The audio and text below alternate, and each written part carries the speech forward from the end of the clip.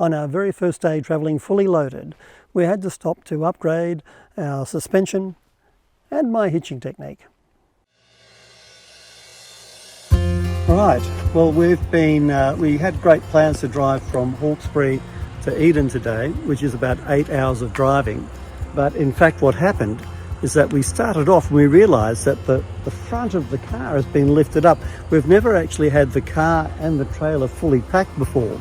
But this time, as we were driving off, we realised, I'll just walk up here, I'll show you a bit of what's happened. Realised that the car and the trailer are so heavily loaded that the nose of the car is being lifted up.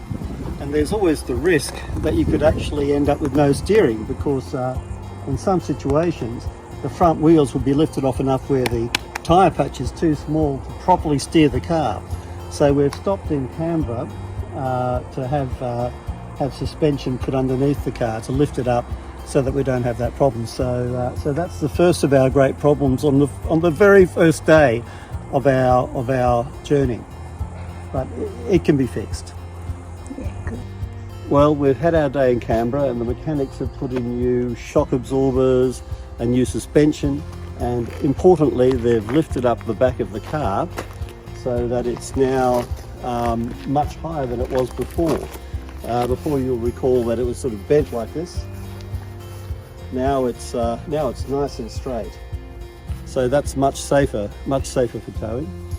Of course, what we didn't realise at the time was that when we actually unhitched the trailer, we unhitched it with the jockey wheel sitting on something soft, sitting on soft gravel.